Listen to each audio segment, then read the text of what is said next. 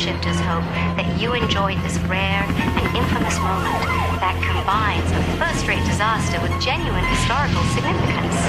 But now it's time to take a deep breath as we prepare to temporally reset you. Are you ready?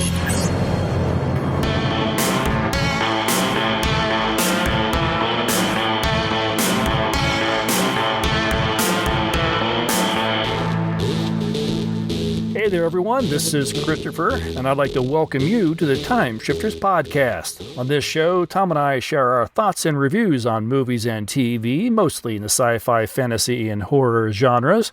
And to do that, I need Tom here to have someone to talk to. So, Tom, how have you been? I've been good as someone to talk to. Yeah, excellent. Good. Thank you. Of course.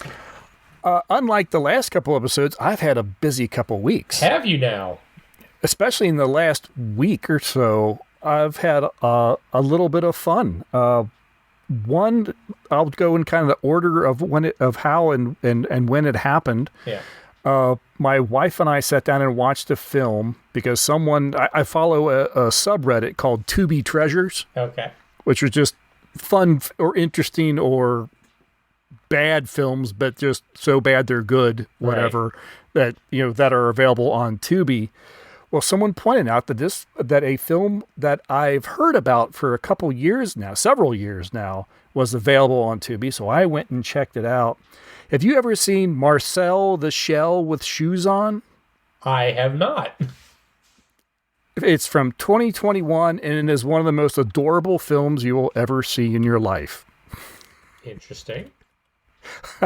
I did not have getting very emotional over a seashell on my list of things I do with my life, but there I was. It is so well put together and so much fun. I cannot recommend that film enough if you've not seen it. It is brilliant. Is this a full film or just a short film? This is a full film. It is based off several shorts that appeared on YouTube in the early 2018, 19, 20, I believe. Okay. There was like several 3 or 4 minute shorts, and this is a full-length film based on those shorts. It kind of acts as a prequel or sequel, kind of a prequel, I suppose, to those shorts. Interesting. But it is a fantastic film. It really is wonderful. I'll have to check that out. Please do, because I'd love to hear your thought on it. And yes, if you're the type that finds himself tearing up at films these days, you absolutely will in this. I spent decades not leaving a Pixar film usually with a dry eye, so this has probably got a good shot.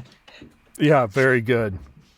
A little bit after that, on a weekend, our good friend Floyd, and former co-host of the podcast, invited me along to a trip to Indianapolis. And we went to the Indie Classic Computer and Video Game Expo. Okay. And it was a lot more fun than I was expecting. Oh, yeah? I kind of went, yeah, I'll do it. I don't have anything else going on. I'll get to hang with Floyd for an afternoon. That's fine. It's a beautiful day for a drive. It was the weekend that we had summer or spring or summer instead of winter. Yeah, before winter came back. Came back literally an hour later. And it was just sort of got a chance to kind of just steep myself in a little bit of computer nostalgia. It was so much fun just going from table to table and seeing some of these computers, some of which I've never seen before. Others kind of like, yep, that was our first Mac. Yep, that was the first computer I worked on at work. And the evolution, there was a few. Someone had an Apple Lisa. Oh, wow. This is the computer that predated the Macintosh. It was kind of like the first attempt from Steve Jobs to do the home computer, and someone had one of these things there. Very cool. There was some old games to play. There was some stand-up arcade games that you could mess around with. Other people just had these old Macintosh, like the LC2 or whatever, with like some game sitting on there, and Someone even had just a series of computers sitting out with all kinds of versions of like the beta version of Doom and then like the final release version of Doom all lined up. So there's like 4 different versions of Doom that you could sit down and try to play. See the evolution of it. Yes, exactly. That's pretty cool. And it was a lot of fun. There were some people, there were people selling some stuff. There's others that were just there for the show. There's, just there because it was kind of put on by a local classic computer, what do you call it? Not a fan group, but club. A club. The word I'm looking for. So there's just a lot of those. Floyd found out there was a Cincinnati computer club that meets just a few minutes from his house. So he was really excited about that because cool. He's really big into especially some of these vintage games. He's got an emulator set up in an old arcade box, so you can play all kinds of different things. And it was just a nice, fun morning and afternoon, and it was neat. And it's so interesting seeing the evolution of these computers, most of which have transpired in my lifetime. Mm-hmm. I mean, there's a handful that predated me, but not all that many. And it's just astonishing the leaps and bounds and how far we've come from these early machines. And the first attempt at the quote unquote portable computers. Right. And, these things weighed like 50 pounds, but just because you could slap them and strap them together and wheel them behind you. To this day, I can remember the oldest mobile computer that I saw was the size of an old suitcase, full-size suitcase, not a carry-on kind. You'd have to check. Full-size suitcase, had like a little 4-inch green screen monitor in it, and took the 5-inch floppy disks, and the top of it was the keyboard that was still on the corkscrew cord that went back, and you had to unclip it from the top, and that's how you revealed the computer itself. It's insane. It was made by Zenith. Yep, absolutely. There was several different models from several different manufacturers that meet that description. Nice. Yeah, it was very, very cool. There was somebody with an early laptop, and it's hilarious. I looked at this thing, and it looks really nice because it's all white, and it's got tapered edges and everything. So it's a nice looking laptop. Yeah. And I went and picked it up. The thing had to be 10 or 15 pounds. Yeah. Actually, I find it funny that the term laptop ever came into being because most laptops you never actually want to put on your lap. No, because A, they were heavy as hell, and B, they would get hot as hell. and honestly, you still struggle a little bit with some models. So the fact that they were ever called laptop, it bewilders me to this day. Yeah, so it was just, it was really neat. It was a lot of fun. No, that's very cool. Not fun, but something that just happened just a few days ago before the time of recording. It'll be a couple weeks old at the time that anyone hears this. But I was really disappointed to hear of the passing of Sam Keith. Oh, yeah. Creator of the Max and co-creator of the Sandman, as well as, just a very creative and inventive artist and writer. I did not realize that he was actually suffering. He'd been suffering from Lewy body dementia, which has been described as kind of like a combination of Alzheimer's and Parkinson's. Interesting. I did not realize that he had been fighting that, and I guess that explains why I never saw him coming around at any of the comic conventions or anything like that, and I was always hoping he would. And finding out that he passed away, he was only, I think, 63 years old. Just real unfortunate. The Max comics have always been, since the day they first came out, favorites of mine. Yeah, no, I know. I told a story when he in the article when I shared it that I once came across his books in a big long box of comics, and I thought, why am I keeping these things? And I sat down and I read an issue of what was called the Friends of Max, which was just like a one-shot comic, and it just had the peripheral characters that appeared in the Max comics. And by the time I got done with just this one comic, I'm like, oh yeah, that's why. And so I still have all these things. And if there's a silver lining at all of him not coming to any of the comic expos, because I did say that if he had, I would have kind of broke my rule about not paying for an autograph. Right. I am no longer cursed with the, okay, but which number 1 variant of the Max would I take right. to have him sign? So, yeah, just real unfortunate. It's a damn shame. Just very creative, very stylized in his artwork, but got the storytelling that he could come up with these characters, I think, was just astonishing. No, and touched on hard topics in the storytelling that he would do. Yeah, absolutely. Yeah, the world of the Max was a tale of mental illness.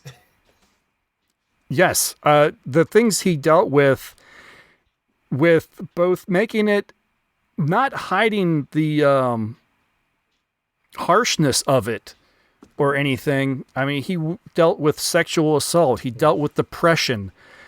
He dealt with all these things with, like, I guess the right word would be finesse. Yes.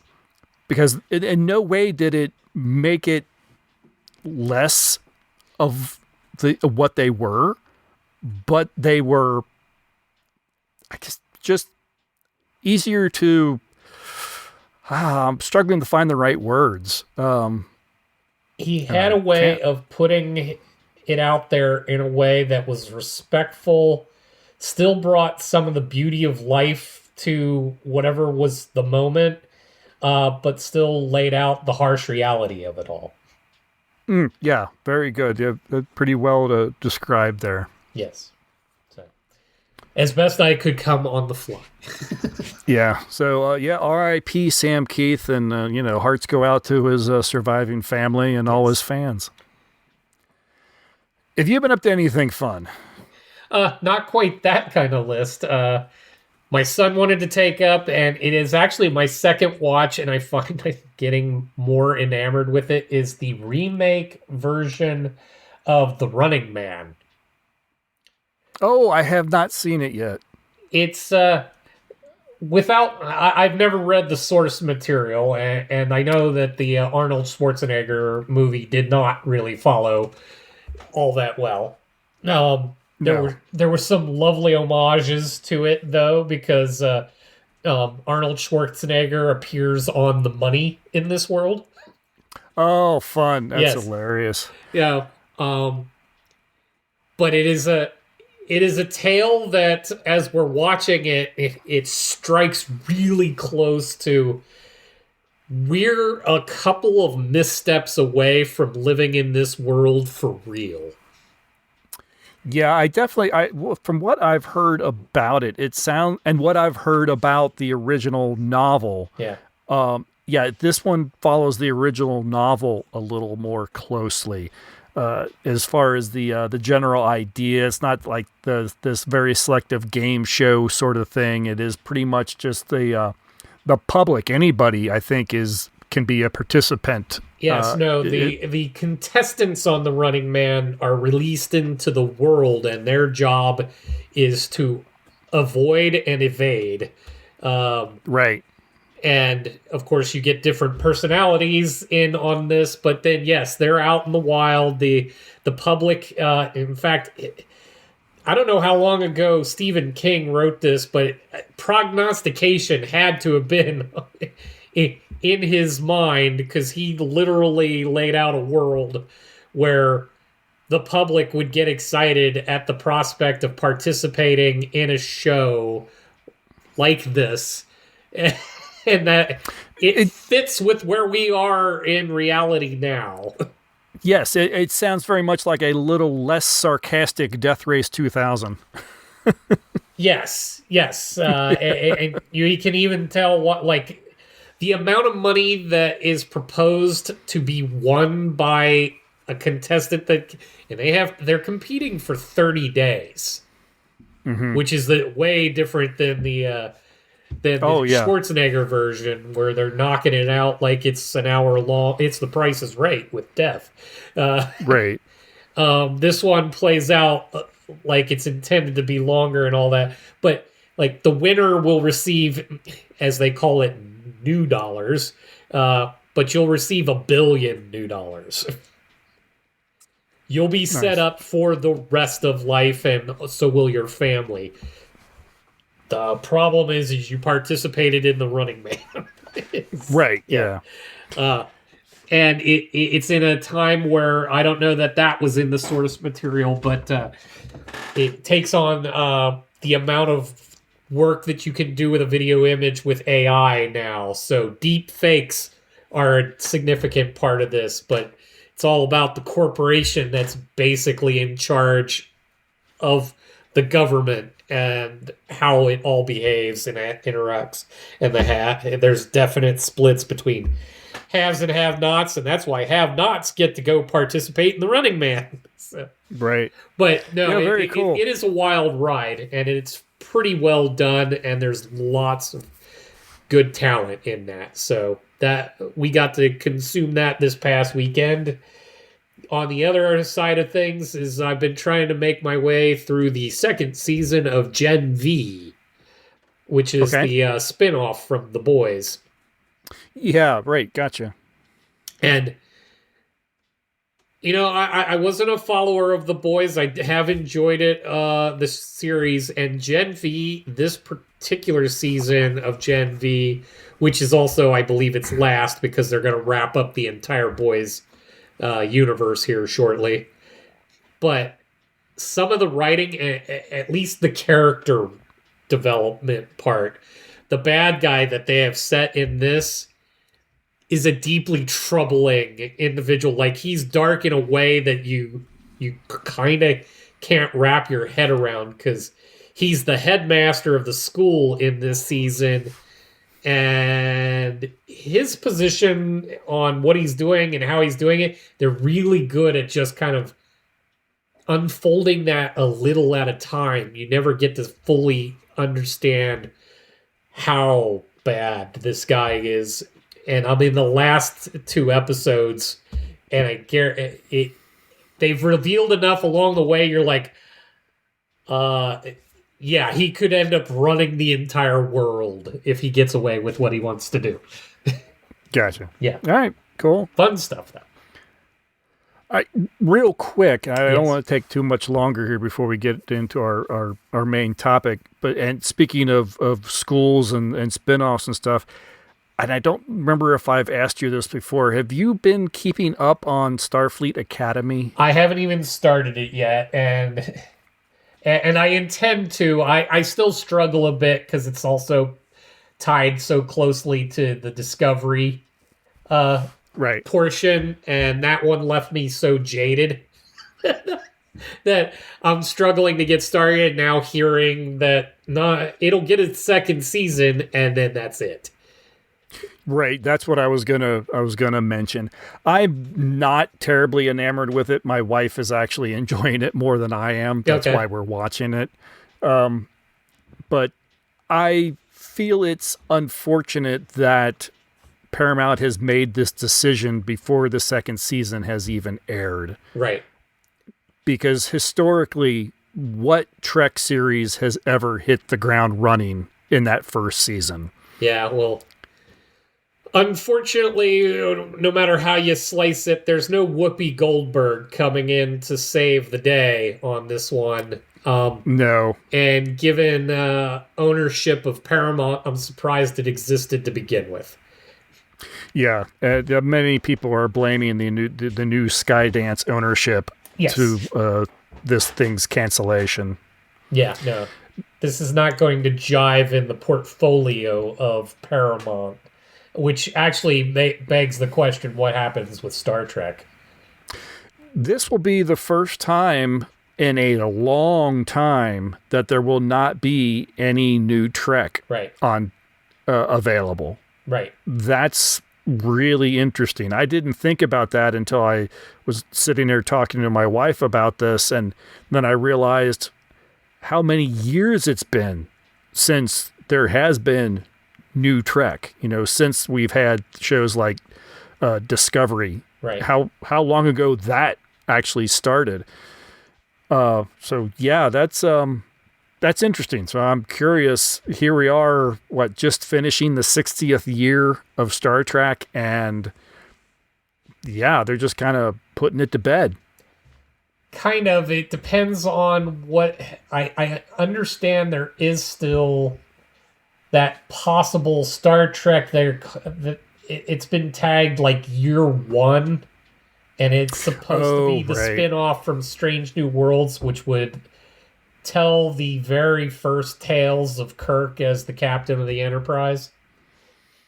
Yeah, now that you mention it, I have heard that, and I'd be more excited for it if I liked the Kirk that they have in Strange New Worlds, but... I feel you. He's never going to be Shatner. No one can be Shatner the way that Shatner can be Shatner. Right. But I've not been that against the current version of Kirk, because I've found that they've tried to lean into the proposed intelligence of Kirk. It was always suggested that Kirk was supposed to be there's a reason he was the youngest captain in Starfleet at the time. Right. He actually earned it. It wasn't just cowboy stuff the whole way. The cowboy stuff is how that show survives the 60s. Right. Yeah. So trying to show that Kirk was as much brain as brawn. Right. Yes. So the fact that he hasn't managed to have his shirt off all the time, and that they've leaned into the fact that he's a chess master, and even the one episode where he actually gets his first real taste of command, and it does not go well. Right. And seeing him humbled at that in that moment, that was a nice... you wouldn't have gotten a Shatner version of that. Yeah, well, and maybe that's what's going to be cutting Academy short. Maybe they don't want to put, that much money into Star Trek at the same time. One series is enough, perhaps. If you actually give it the full weight of what you're trying to do, give it its budget, get it its best writers, make sure that the actors are all aligned with all this, and actually genuinely have a good time doing it, then I'd be on board. Given the state of the studio, I don't know. Yeah, and I was just thinking, the problem is Star Trek Year One would take place long, 300, 400 years prior to the events of the Academy. Yeah. And maybe that, because so many film production companies think audiences are stupid, they feel like that would confuse people. The American TV and film studio does believe its audience is truly stupid and can't handle that. Right. I'd like to think better, but you might be onto something. All right, well, you got anything else? I think we should probably move on. Yes, I think we should get to the main topic. All right, well, let's listen to a promo for another podcast, and then we are going to talk about the adventures of Baron Munchausen.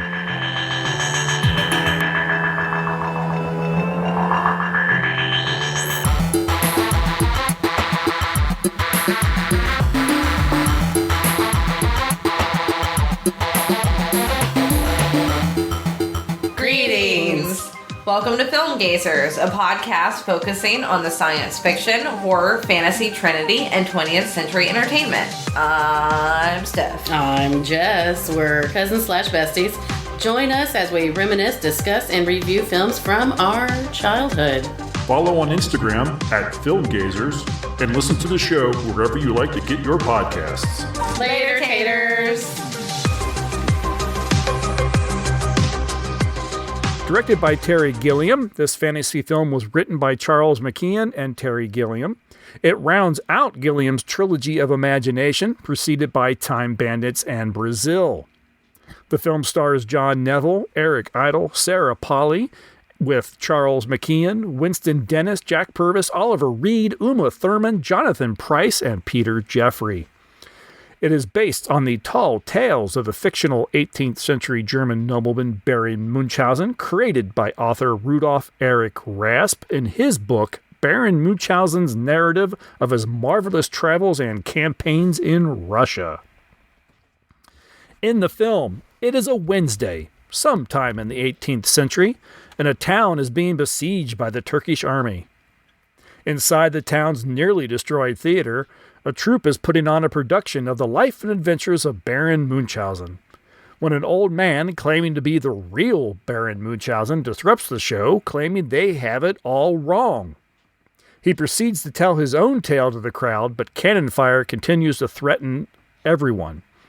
He declares that he is the one who inadvertently started this war, so he will be the one to end it, and heads off to find his old crew of weirdly talented associates, Berthold, Adolphus, Gustavus, and Albrecht, along with a stowaway, a young girl named Sally.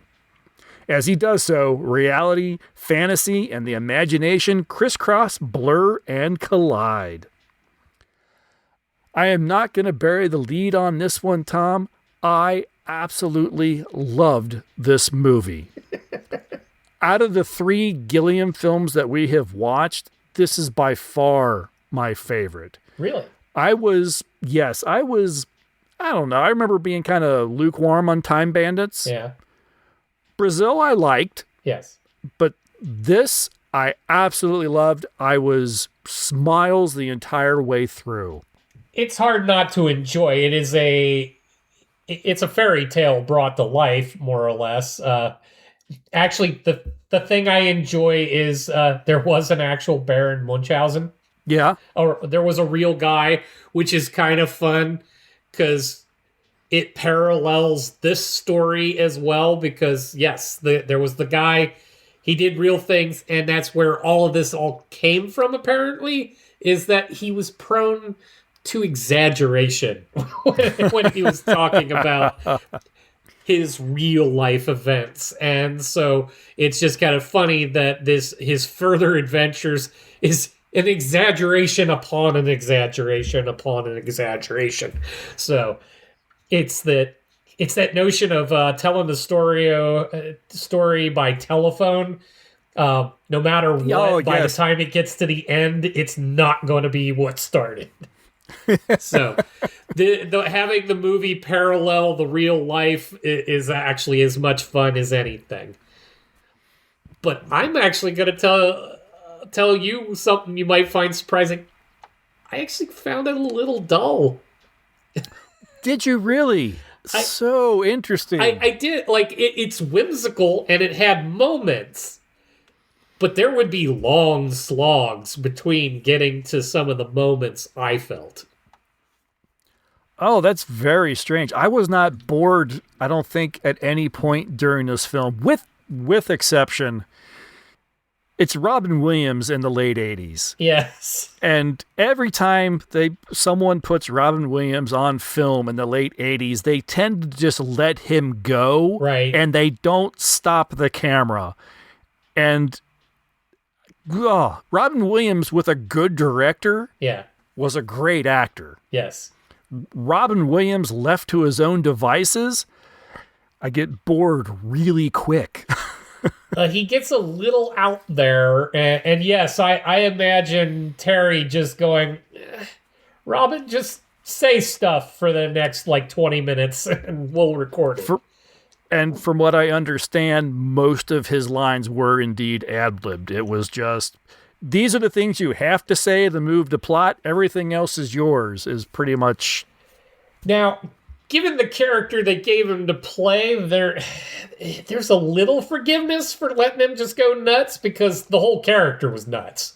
that was the point of the character. Is he's insanity and personified. I mean, he's the king of the moon. The king of everything now. Well, yeah, according to him, as long as he's just a floating head. Right. If yes. he's attached to his body, he's a king of whatever the heck his body is into at the moment. Which was the queen. Yeah, sure. As long as he was at least and you gotta love that every woman in this movie immediately falls in love with Baron Munchausen. Well, of course, if you're you have to be the hero of your own story, right? Now, what I will give immediate credit to is, even if there were parts that I felt just kind of were tedious, or like the opening sequence in the theater during the bombing and the starting of the tale and Baron breaking in to say, no, it went this way. And then, of course, there's more bombing and it becomes chaos. So at that beginning, aside from it took too long, it's also deeply confusing what is happening in the moment. Because you do have what is supposed to be the real Baron Munchausen arguing with the stories of Baron Munchausen, while we also introduce the fantasy of Baron Munchausen, all while it's all going on at the same time. And I'm like, there's a couple of moments where I'm like, what are we talking about? I didn't have a problem with it. I even enjoyed the sort of stage play version. I sat there watching that and going, I want to see this play. I want to see these play. I want to see this play with the props as they have them. The set pieces. The set pieces are amazing. They look like something off of Broadway. Your son could just specialize in do it. Make that. that would absolutely be amazing. But no, the part that I was gonna get at, especially since I know how Terry Gilliam felt this movie sat in his trilogy. It's the aging effects on Baron Munchausen. Yeah. The thing I liked about this, since essentially my takeaway from what they're trying to tell in all of this is our legacy in life is the stories that are told later. Mm-hmm. Therefore, the more fantastical the story and the more longevity said story could have, the younger Baron got. So he was always at his youngest and at his peak when it was the most absurd. And, yeah, sure. And I kind of dug that. I like that as a theme, that notion of we are the stories we tell. I also sort of took it, and maybe because I just have to sometimes remind myself that I'm not still in my 20s or 30s. You know, when you do things, when you're out in life and you get around other people and everything, and you're like, yeah, this is great, this is awesome. And then you realize, except I'm in my 50s, I need to get home because I got responsibilities and everything. So I feel like when he's telling his stories, that's in your mind, you're still this young, vibrant young man. And it's only when he's pretty much reminded of reality that he's old and tired. And I can relate to this. Well, yeah, because I mean, that's even what we're faced with right at the beginning is besides the fact that he's irritated at this play that is happening and the Turks are busy bombing this town while he's in it, he's just prepared to lay down and die in that moment because he's too much under the weight of his own history and reality. And it's not until the little girl really kind of kicks his whimsy back into place that then he de-ages and starts this adventure, which coincidentally we're the same adventures that were being told in the play. Yeah, and I love the fact that they actually pointed out the young Sally Salt. You look younger. Yes. No, Well, of course she I points do. that stuff out, but I don't know if he meant to touch on it, but it actually felt like a partial story of what happens when we get older and can't control, when we might suffer from Alzheimer's or dementia or something, because his whole bout that when he saw the actors who were playing the members of his crew, that he started to... He didn't see them as actors in this play. He saw them as the actual people that he remembers.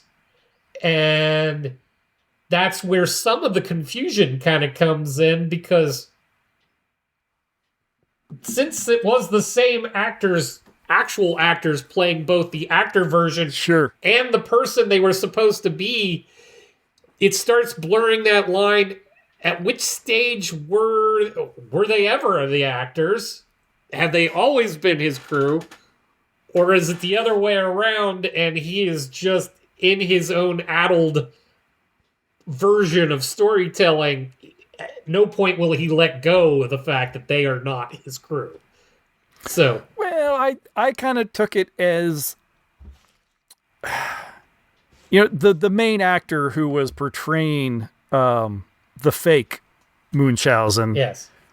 was made up and looking very much like the real Munchausen. Yes. So it only makes sense that the other actors in the play would also look like the real life characters, the supposed real life characters. True. So it's fine. I don't mind it. I still got a kick out of it. I like the fact that it still keeps like the cast. Well, it's a huge cast, but as small as a cast as you could do in this film, Yeah. it kept it to those that handful of people.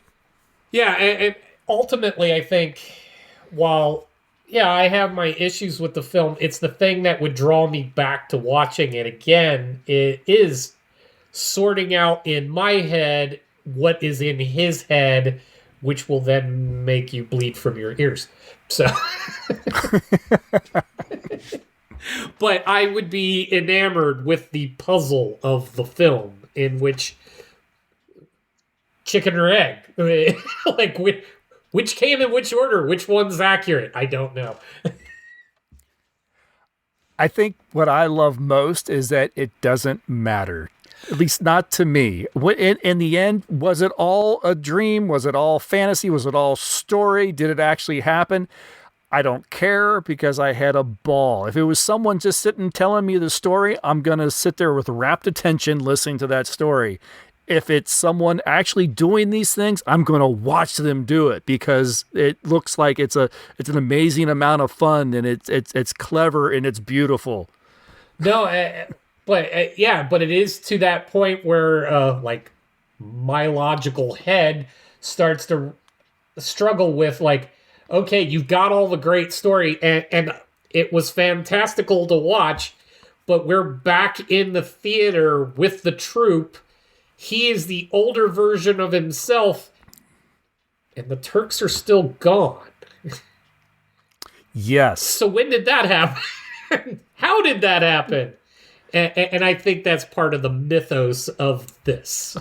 Oh, absolutely. I mean, and that's how this film ends, with Sally asking, it really wasn't just a story, was it? And he just gives her the wink, and then he rides off. Yeah. And I'm like, yes, there's no better way for this film to end. Yeah, so everything is essentially the story told, even though there were real events going on around it, and which also leads... The one thing that the Barons said persistently throughout this film, after they started their adventure, is, don't worry about the Turks, everybody is fine. Yes. But how could you know that? Especially given where we're at in the story. And the fact of the matter is, for him, it already happened. he already did it all. Right. Which then gets into which you could really screw with yourself, especially given that Terry started with Time Bandits, is that time doesn't work. No. At all in any of Terry's stuff.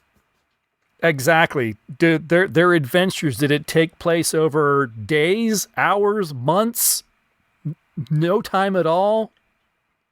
No, which all the will above? just get you sucked into what does time mean and how does the universe work? Right. So. Yeah. No, I loved this. I love the whole idea of this trilogy of imagination. We talked about it with Time Bandits, that was an adventure and a story kind of told through the view of a child. Yeah. It was effectively a kid making up a story. You could definitely see where, and then the wall came down and there was these guys and they were looking for a map and they opened up a door and they all went through and, you see it just, that's how that film plays out. It's just one crazy abstract thing after another because it's just that's how a child might tell a story. Brazil, it is very much a middle-aged man who's just sitting there whimsically thinking all those things. You feel like it's that conversation you always have like 20 minutes after you have a conversation. Yeah. What I should have said. Yeah. That's Brazil. And this one, yes, it is. It's an old man looking back on his life and, painting his life maybe with bigger brushes than reality would have. But just a great 3 films together. I think I appreciate the other 2 films more now that I've seen all 3. And way to read ahead in the assignment, because we'll be getting to some of that in the review. Oh. But I would even challenge you with this, and I don't disagree with the times in this, but this is where also, again, being this trilogy of the imagination, is tying back your later years back to your early years. Mm-hmm. Because all of this is all in the perception of the story told. So you might be reflecting back on all the things that have happened, but they're told with a childlike imagination. True. That's true. Well, and maybe that's why we have a character like Sally in this film. Yes. So how much of this story is actually told by the Baron, and how much of this story is told by Sally? Well, yeah, and if you think about it, whereas in Time Bandits, it's a story told by the child in that story. This is an old man telling his tales to a child who is now applying her imagination to what has been told. Yes. So it's a circle. I love it. The cast on this film is spot on and fantastic. I love John Neville as Munchausen. The true star, Sarah Polley, very young Sarah Polley as Sally Salt, was brilliant in this thing. I loved watching this little girl. She was so good and held her own with absolutely everybody in this film. Oh, yeah, no, I mean, she was literally commanding at the beginning of this. Yes. Just fantastic cast. When we meet Vulcan, I kept sitting there going, damn it, this guy's familiar. Who is he? I had to look it up after the film was over. Oliver Reed. How the... Of course it's Oliver Reed. It's great. And a very a young and just absolutely beautiful Uma Thurman. She was so beautiful in the late 80s there. Not saying that she's not beautiful now or anything, but wow, definitely her heyday here. That was a surprise. Like, I didn't know she was in the film, and I'm like, this has got to be like, what, her first film? Apparently she was in something else, but but this is close. This is real early. Very early and well cast as Venus. Yes. I mean, it's like, wow, you couldn't have picked anybody else, I don't think. That worked well. Yeah, no, they laid that on thick, and it worked. Yeah. It was fun seeing Jonathan Pryce again after Brazil, to see him in a relatively minor role in this film, but having a lot of fun, I think, at it. Oh, well, yeah, and it's kind of funny. He's literally like the character he didn't want to be in Brazil. Yes, exactly. I wonder if that was intentional. I have to feel like that was, especially given his character's full name, the right and ordinary Horatio Jackson. Yes, exactly. And Eric Idle, in a film that is largely ridiculous and farcical, Eric Idle is the comic relief. If one had to pick one. Yes. Actually, that was the thing. If you watch it just right, though, Eric Idle's the straight man. Maybe he is. No, he absolutely is. Can he do the thing that he's doing? Sure. Is it fantastical and whimsical? Yes, it absolutely is. But he's the one always trying to also tell them how it is, and until the Baron tells him some bizarre reason why it's different, and then he just goes, "Oh, okay." That's his attitude to the whole thing. Is like, I actually do know what's going on until you tell me otherwise. And now I'm on board with that. I got a kick out of the scene when they Munchausen's reunited with Berthold, and Berthold's like, he doesn't remember who he is at first, Right. And then he, of course, gets a rap on the head, and he's like, wait a minute, you left me stranded on the moon, and now you just come back and you expect me to just run off and help you, on some crazy adventure? Yep. Yes. Well, all right.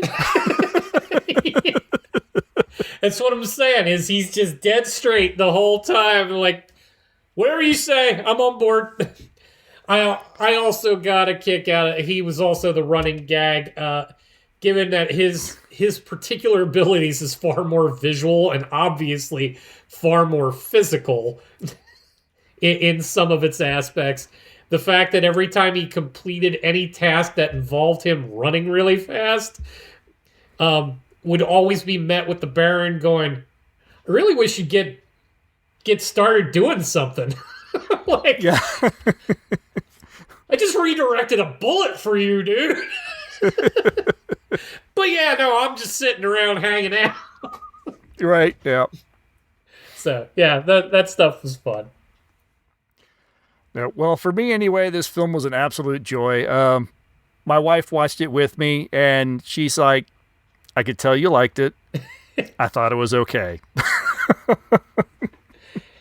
Yeah, I had moments, but there were times it was like, all right, let's get to the next. Like, I know what's gonna happen. Like, we're going through the long slog of picking up each member of his crew in these stories, and I'm like, okay, I know we're gonna do that. Can we get to it? I got it. So I guess last thing I'll mention is, first of all, we mentioned Robin Williams. He was uncredited in the film. Oh, apparently, was he? His Didn't realize. agent didn't. Yeah, he was actually credited as Re di Tutto, a play on King of Everything in Italian. His agent didn't want Gilliam using his name to pimp the film. Oh, okay.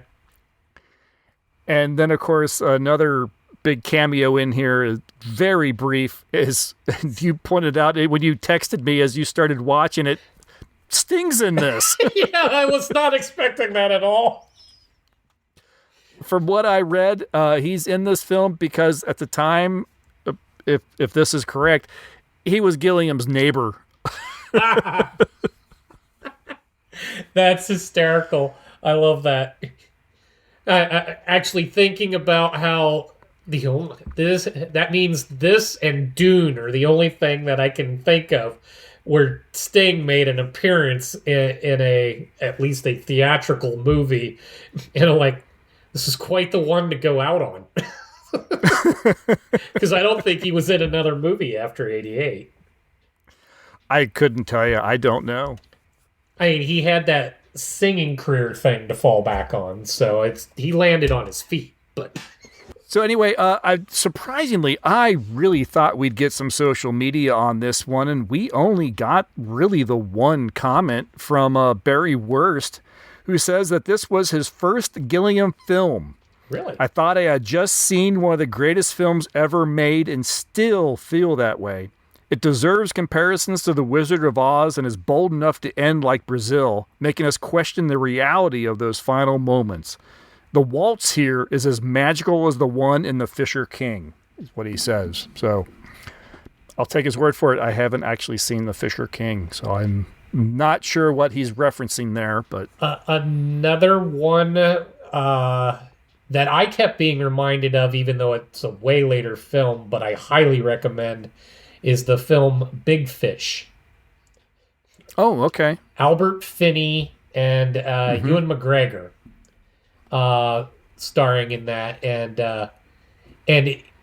it's the story of a guy that exaggerates his life to a higher level, and it's a Tim Burton film where they take his exaggerations and make them as if they were real, and then you find out as the film progresses, as in most great tall tales, there's an element of truth. Just enough. So it reminded me a lot of that. So Baron Munchausen and Big Fish go together. Nice. Yes. So recommend if you haven't seen it. But we do have some professional reviews.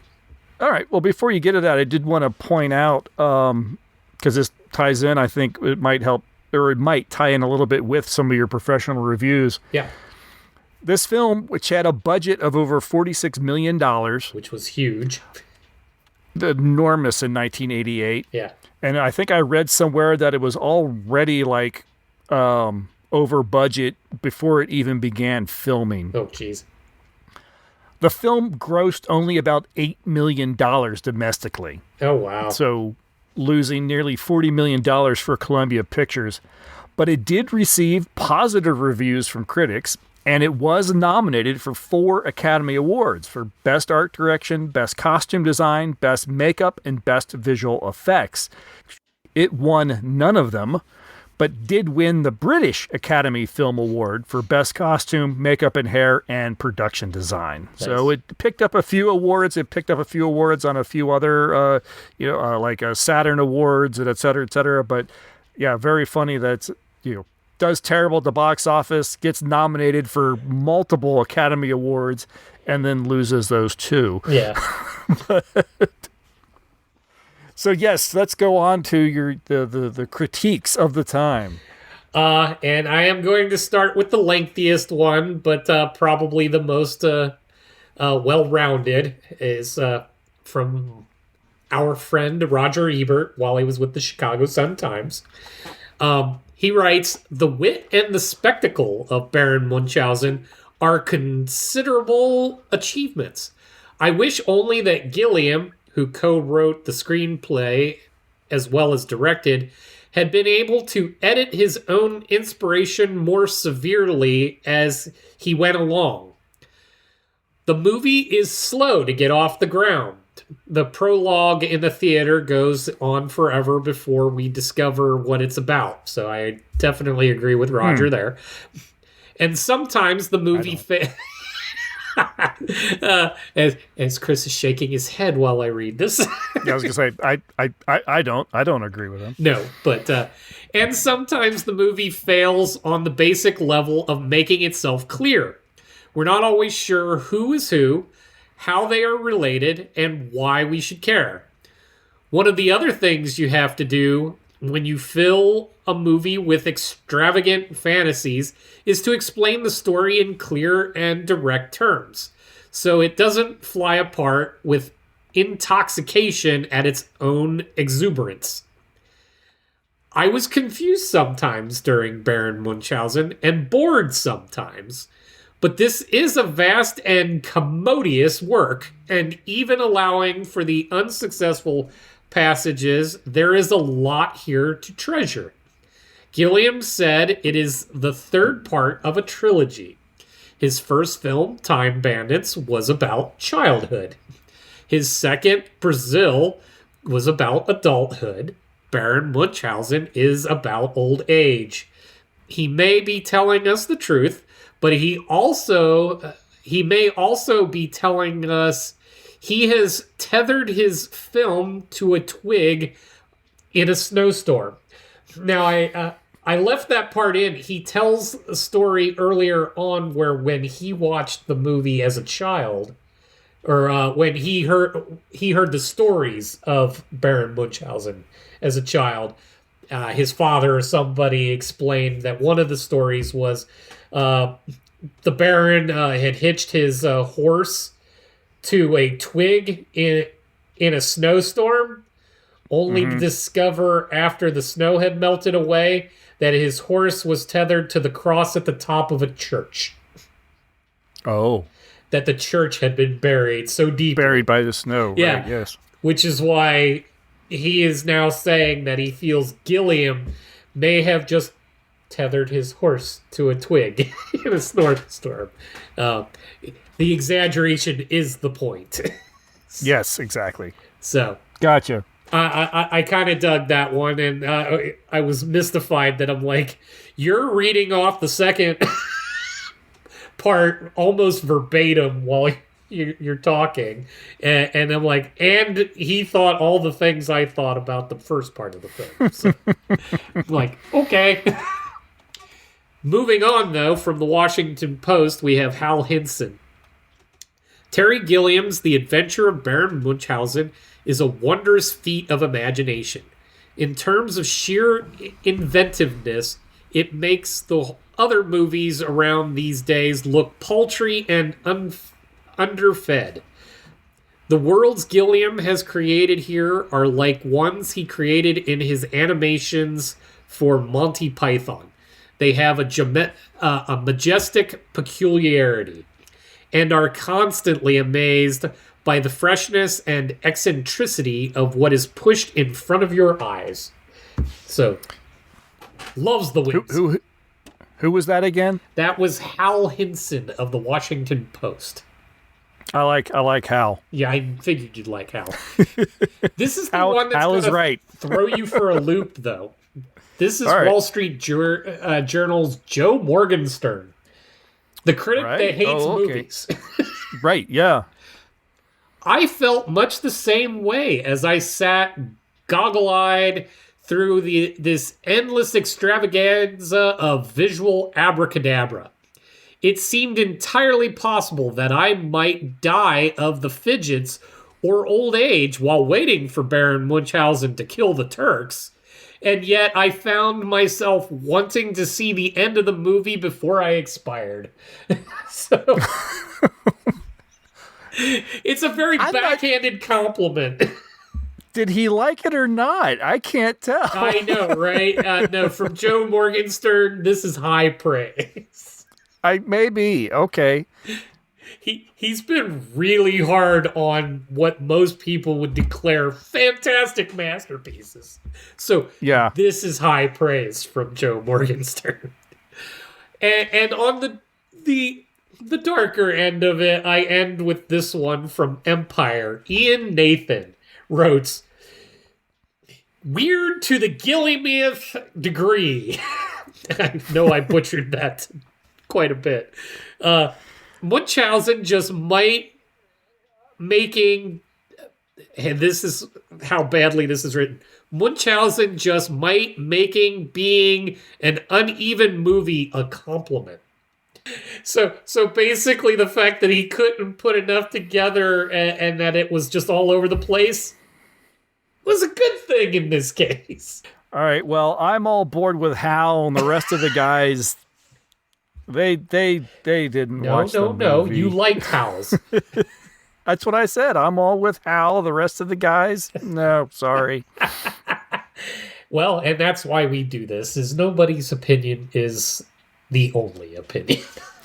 No, absolutely. No, it is all very subjective, and I can definitely see where someone could watch this film and absolutely hate it. Sure. It's just not me. It's the exact opposite. I absolutely loved it. I found a new favorite, or at least in a long list of favorites, it has found its way. Yeah, see, I could see this as a rewatch sometime, but absolutely for the sheer whimsy of it. But it's got its things that I could skip past. So, oh no, absolutely, this would be a good film for just in the background. Oh yes, sometimes. So that when those moments come along, like the time on the moon with Robin Williams just ranting over and over and just gobbledygook.